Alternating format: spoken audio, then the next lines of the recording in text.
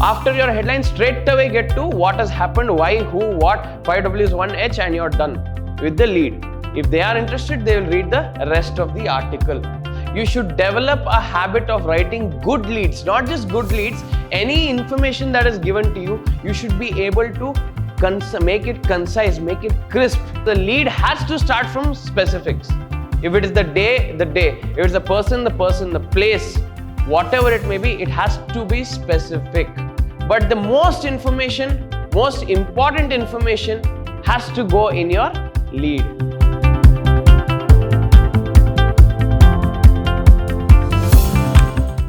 Hello everyone and welcome to another interesting session in your journalistic journey with me, Zubin Paul, your journalism faculty from Vidhyaashram First Grade College, the Temple of Excellence. Today we are going to be studying about a very interesting and important topic for you as a journalist, and that is leads.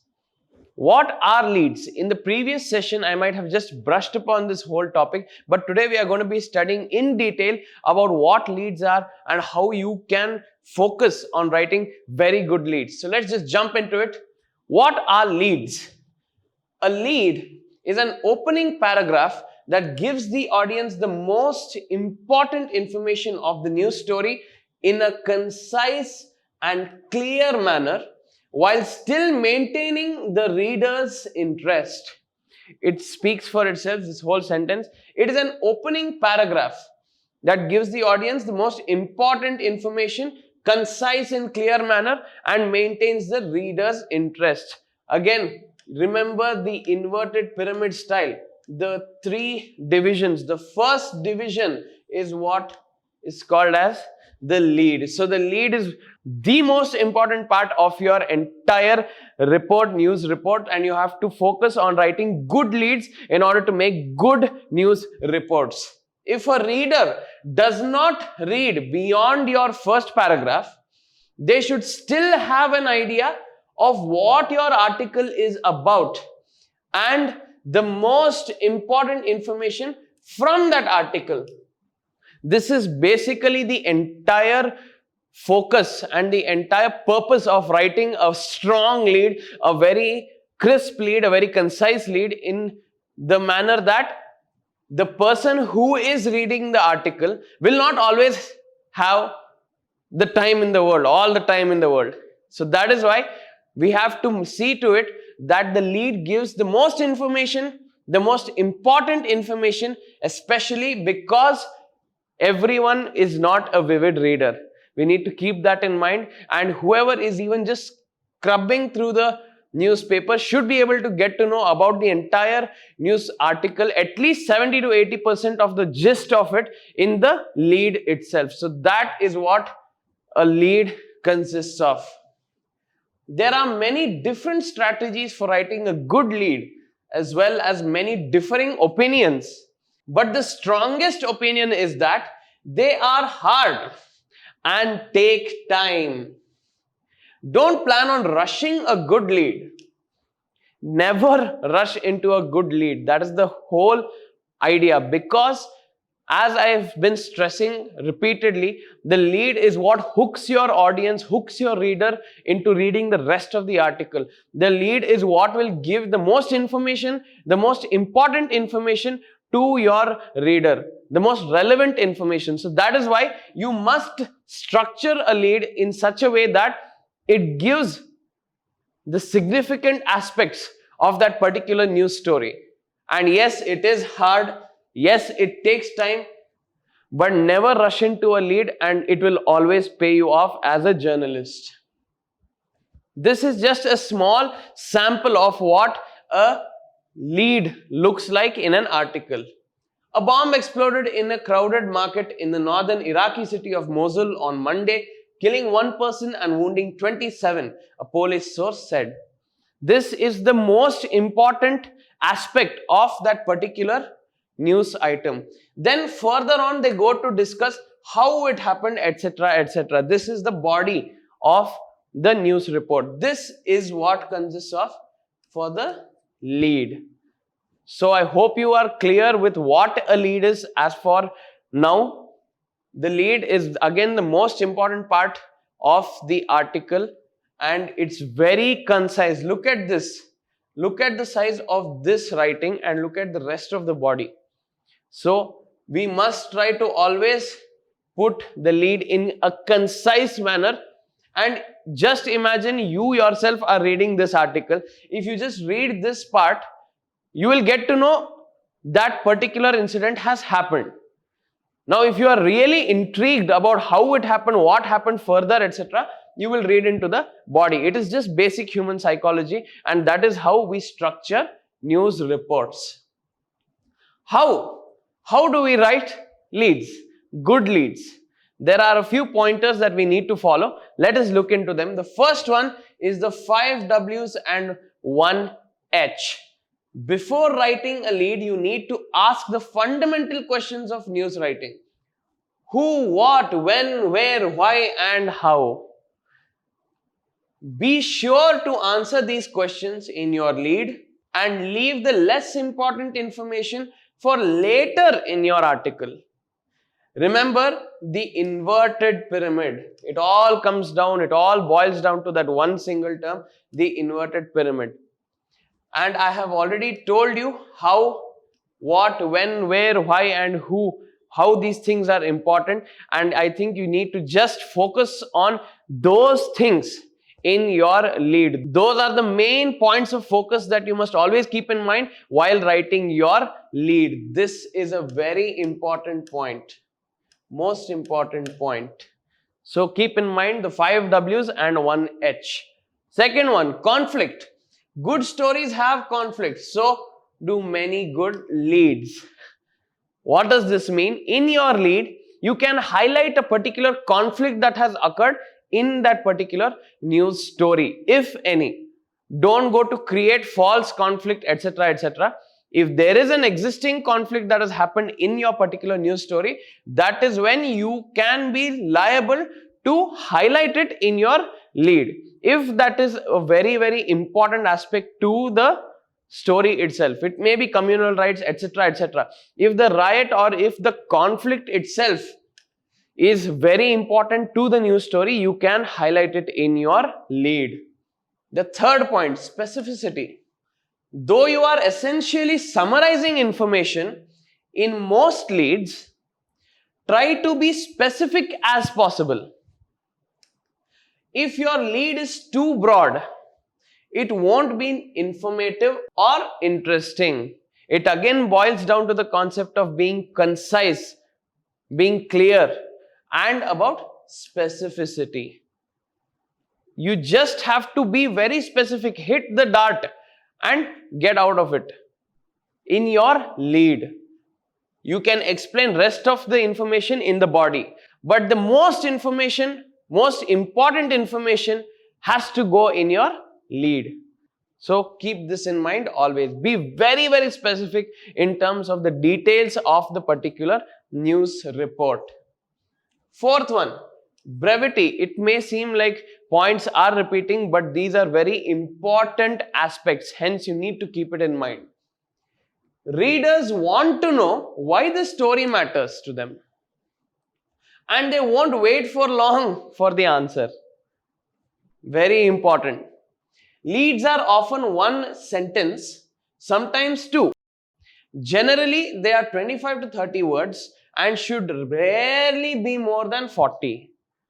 Again, it's about making it concise, packing as much important information in small packages as possible. That is why this point of brevity matters, because readers are impatient always. If you are given 15 minutes to read a newspaper, there will be personal choices of preference for each reader. So the person may just breeze through the other articles and focus on a few. But even while breezing through the other articles, if you are able to read the lead and get to know some important information, that will be more than enough. That will suffice your news appetite for that particular moment, is what is the point. And they won't wait for long for the answer. That is why straight away get to the answer. After your headline, straight away get to what has happened, why, who, what, 5 W's, 1 H, and you're done with the lead. If they are interested, they will read the rest of the article. This is somewhat arbitrary, but it's important, especially for young journalists, to learn how to deliver information concisely. This is a very, very, very, very important point that you guys as young journalists still studying should develop a habit of. If you develop a habit of writing good, concise leads, not just leads, any information if given to you, you should develop a habit of writing good leads, not just good leads, any information that is given to you, you should be able to make it concise, make it crisp, and form it in only a few words. You should make this a practice. This comes only with practice, dear students. Else, it'll be very hard for you in future as a journalist. And it's a very good habit if you develop this kind of a skill, to make things short. Because today's time, people, as I have mentioned before, don't have time to read the entire article.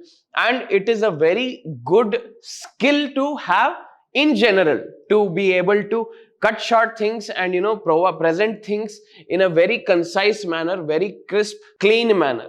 So always focus in the rest of your course now, always focus on trying to make things brief, only when required, not in your answers. So the next thing, active sentences. What does this mean? These will make your lead lively and interesting. Passive constructions, on the other hand, can sound dull and leave out important information such as the person or the thing that caused the action. Be very, very direct about what has happened.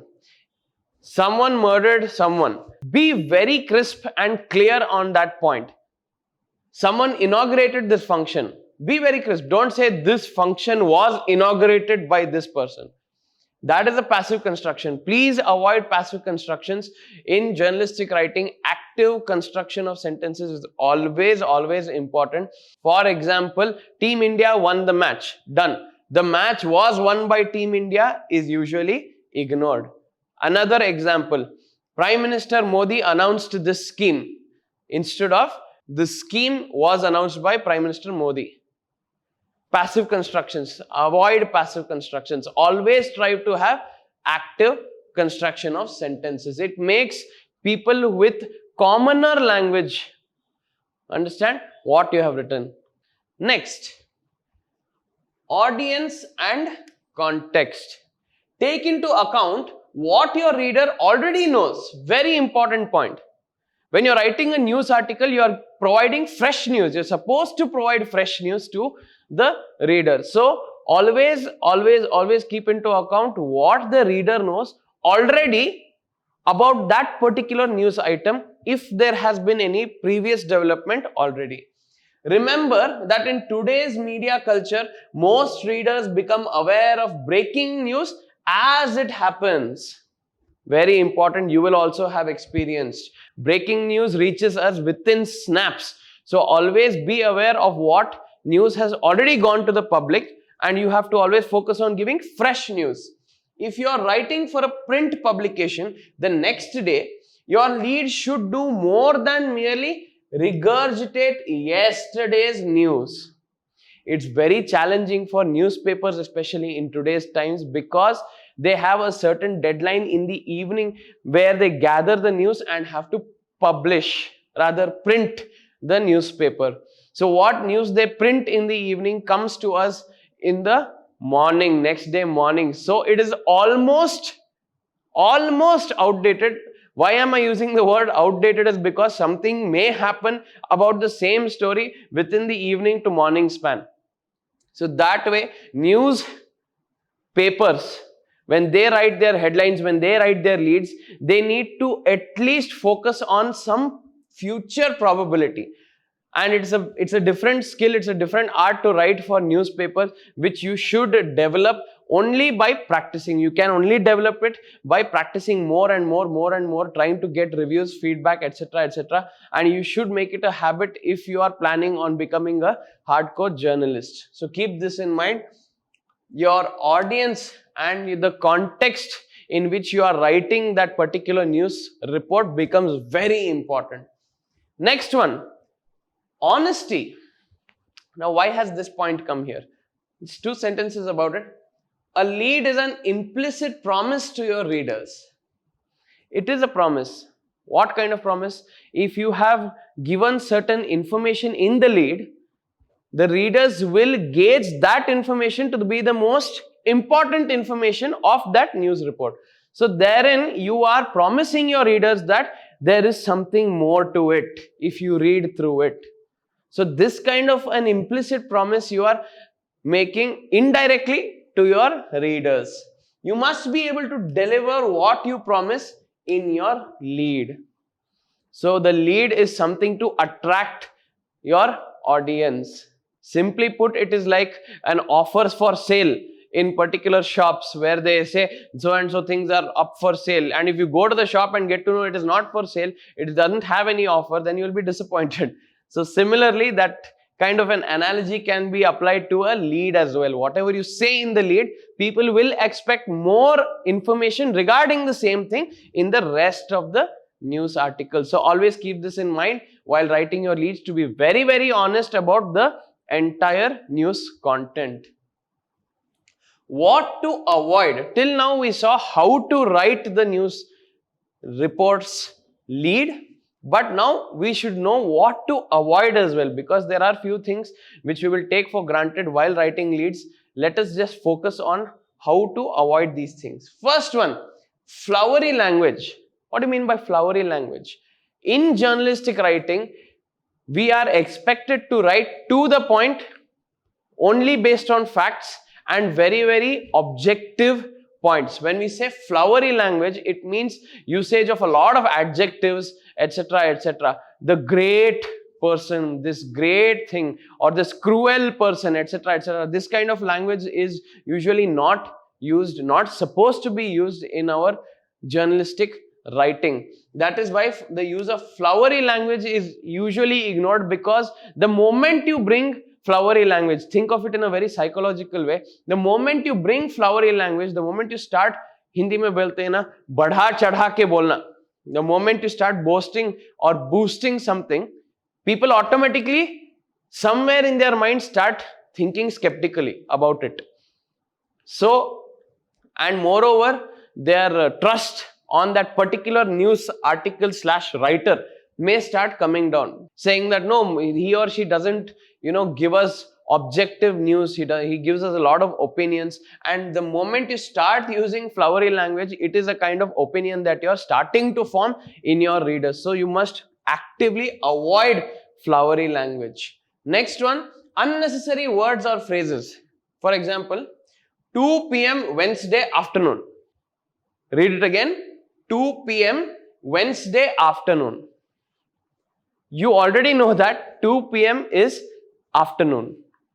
So it is pointless to write afternoon here, unless the time isn't very important. So you can either omit the 2 p.m. or the afternoon. You can either say Wednesday afternoon if the time isn't important, or if the time is really important, you can say 2 p.m. on Wednesday. Done. Unnecessary words you can actively avoid. And also, this is very commonly used, very unique. If you look up the meaning of the word unique in the dictionary, it is just singular. Singular in the sense, you can't have something that is less unique, more unique, very unique, and unique. There is no degree to unique. Unique is just a standalone word. But commoners use very in front of it, and it's a very wrong usage of the word very in that position. So unique is a standalone word. You can say it was a unique moment, it was a unique gesture, etc., etc. You can use unique in that way, and you can omit the word very. The very becomes unnecessary. Hence, keep this in mind to avoid unnecessary words or phrases. Next one, formulaic leads. What does formulaic leads mean? The word formula is there in this word. Apply your common sense. Formula, we say, oh no, they have made a formula film. They've just made a formula film. There's nothing special in it. What do we mean by formula film in terms of films? It means there will be a hero, heroine, hero saves heroine from villain. Villain gets beat up by hero. etc., etc. Very, very simplistic approach to leads, then it won't be interesting to the audience. And the whole point of writing a good lead is to make your audience interested in what you have written, is to get their eyes, is to hook them onto that particular news report. That is why we write and we focus on leads. If the lead itself is not important, if the lead itself doesn't feel important, then the whole point of writing the whole news article goes to waste. That is why try to avoid formulaic leads. What do you mean by formulaic leads? It's very, very simplistic leads, to put it across to you. Very simplistic leads, and 5 W's and 1 H of course have to be there, but there will be a tradition of writing particular leads in that particular newspaper. So you need to identify the style and try to do something hatke, as you say in Hindi, hatke. Something unique, not very unique, something unique. Try to write very creative leads always. Fourth one, it. Why have I written the word it there? Because none of the leads starting from it will ever be acceptable. Please keep this in mind. None of the leads that start from it will ever be acceptable, because it is a very, very vague and general kind of a word in the context of journalistic writing. And the whole basis of journalistic writing is to be very specific, as we mentioned. It isn't a very specific word. And if you start off your lead with it, the specificity factor is completely lost. Just think for yourself as well. That is why we always and actively avoid using it when you're starting a lead, because the lead has to start from specifics. If it is the day, the day. If it's the person, the person, the place, whatever it may be, it has to be specific.